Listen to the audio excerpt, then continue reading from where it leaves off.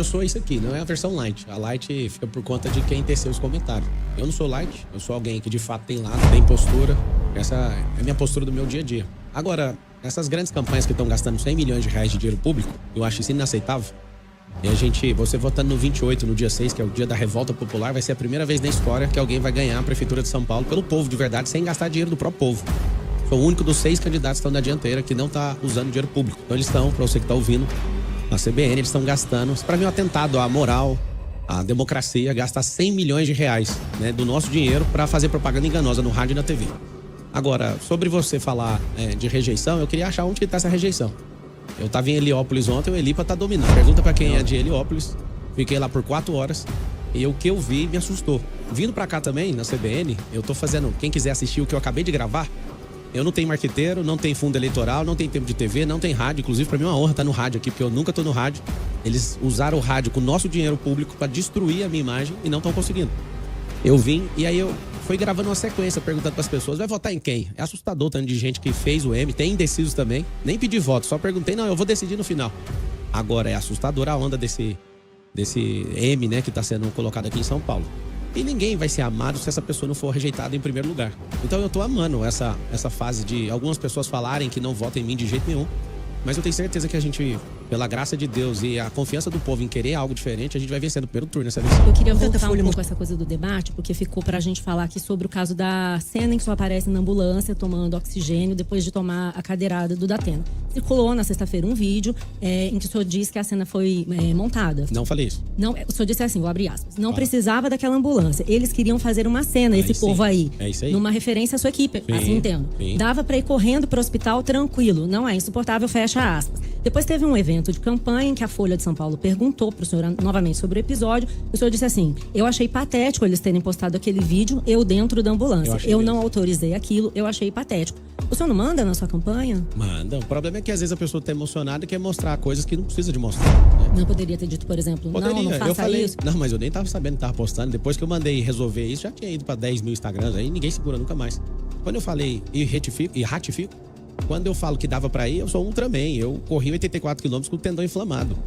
O que aconteceu ali de fato, pra você ouvir da minha boca, é que eu fui agredido e a maior parte da imprensa relativizou isso, né? Tipo, nossa, ele mereceu. Como se a mulher que anda de minissaia merece ser assediada sexualmente. Como se a mulher que enche o saco do marido tivesse o marido ganhar autorização pra bater, né? Sempre o que é agressor sempre vai estar errado. Então o Datena, ele mostrou o destempero. Inclusive, a gente vai colocar na escola pública a inteligência socioemocional pra gente não ter esse tipo de gente. Imagina governando a cidade. Ali ao vivo, em rede nacional, você ser agredido por uma pessoa. Demorou um pouco pra você falar. Podia ter falado no hospital no dia seguinte, por exemplo, né? Olha, Mas gente, essa cena... Não, mas ninguém... Demorou um pouquinho. Mas não, quem falou que tá demorando é você. Eu falei 3 abertamente. dias pra dizer que... Não, 3 dias não. Eu falei abertamente. Agora vocês não tem que estar envolvido na minha vida o tempo inteiro. Se me perguntar, eu respondo. Nunca neguei. Vamos lá. Vamos reconstruir os fatos. Eu recebi a cadeirada.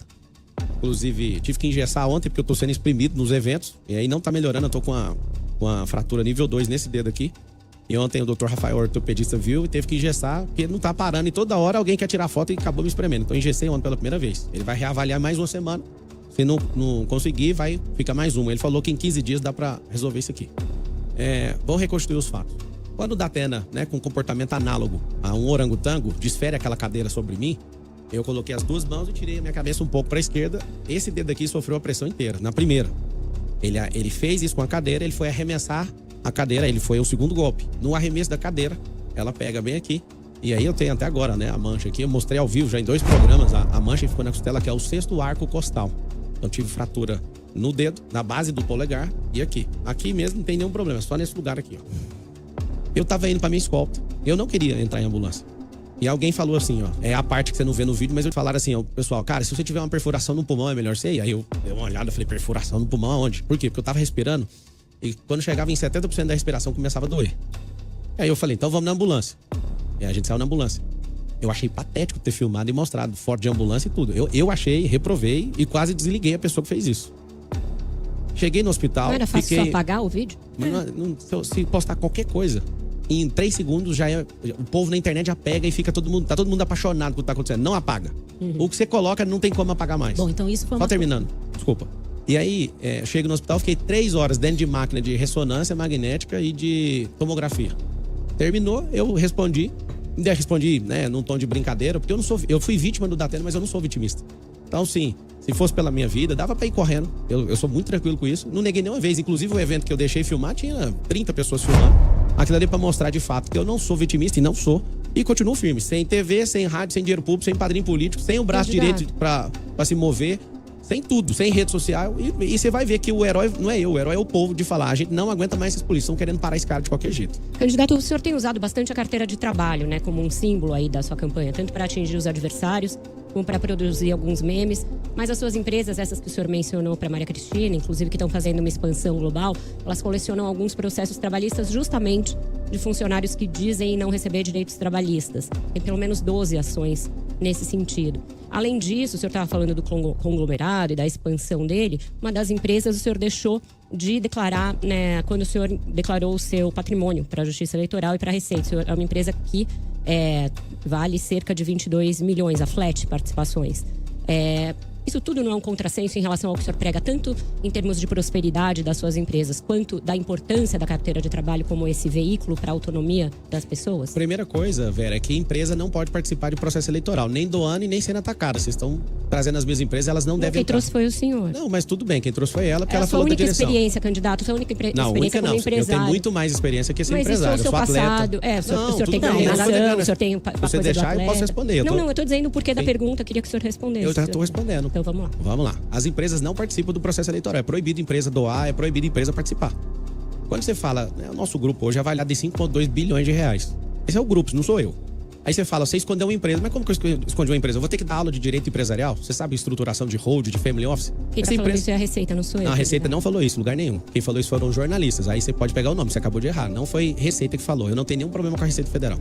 Você pode citar aí onde está essa declaração da Receita? A Receita, o senhor não informou a Receita, portanto... Não informei não. Como que você sabe que a empresa é minha? Eu informei para a Receita e pago todos os impostos das empresas. Fala o nome do jornalista que criou o factoide. Vou te explicar. Quando a organização empresarial fica debaixo de holds, eu tenho acho que 7 holds. Tem hold de loteamento, de construção civil, hold que participa de startup, eu tenho várias holds. Se você... Alguém falou, mas as... Deixa eu te falar, você imagina ter só 12 processos trabalhistas num conglomerado que vale 5 bilhões de reais. Isso é ínfimo. Eu nem preciso resolver coisas desse jeito. Todo mundo que fala que precisa de alguma coisa, eu atendo prontamente. Difícil é você me ver tomando um processo. O grupo inteiro tem mais de 110 processos. 110 processos para um grupo desse tamanho, com dezenas de empresas, é nada. Nós estamos no país do processo. 98% dos processos trabalhistas mundiais são do Brasil, pra você ter uma noção. É por isso que muita empresa vai embora daqui. Eu não sou a favor de ninguém explorar ninguém, eu sou um cara justo, eu faço todo mundo em volta de mim prosperar. Agora é interessante vocês convidarem a minha empresa para o debate, sendo que a empresa não pode participar do processo eleitoral. E eu tenho experiência com muitas outras coisas. Eu já fui funcionário 13 anos. É uma grande experiência que eu tenho também. Mas como o senhor prosperou foi como empresário, não coach, empresário? Não foi sendo coach nem empresário, foi mudando a minha mentalidade. Porque um monte de gente virou empresário e virou coach e é fracassado na vida. Então não foi nenhuma dessas duas coisas que me fez prosperar. O que me fez prosperar foi gostar de aprender, viver de desafio, de novas experiências. E pra mim é um grande desafio estar aqui nessa eleição. Entrar nessa coisa do imposto, porque o senhor recentemente disse que tinha convidado o Marco Sintra para ser seu secretário da Fazenda. Ele disse que aceitou, inclusive, seria uma espécie de Paulo Guedes da sua prefeitura, alguma coisa assim. O Marco Sintra, mais uma vez, já falou, inclusive na época da reforma tributária, que ele era a favor da cobrança de impostos sobre todo mundo, inclusive fiéis de igreja seriam tributados se contribuíssem com o dízimo. Eu queria saber, o senhor já disse que era contra o dízimo, depois falou que mudou de opinião, porque na época que o senhor era contra o dízimo, o senhor tinha cabeça de pobre. Quando o senhor deu essa declaração, o senhor era comunista. Não, cabeça de comunista, é isso mesmo. As duas coisas estavam nessa batina do ó, assisti lá direitinho, fiz minha lição de casa.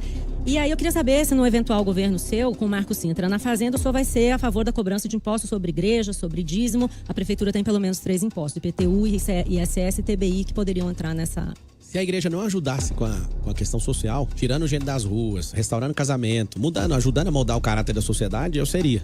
O senhor já falou pro Sintra que as igrejas no seu governo não pagaram imposto. Falei pro Sintra não, quem governa sou eu e o Sintra, ele vai entrar debaixo disso que o povo votou foi em mim. Eu confio nele e o povo votou em mim, eu sou o cargo máximo, que é o maior servo de todos. Então vou te explicar. Uma empresa paga imposto e uma igreja não paga imposto, por que a igreja não paga? Só perguntar pra todo mundo, o que uma igreja faz na sociedade?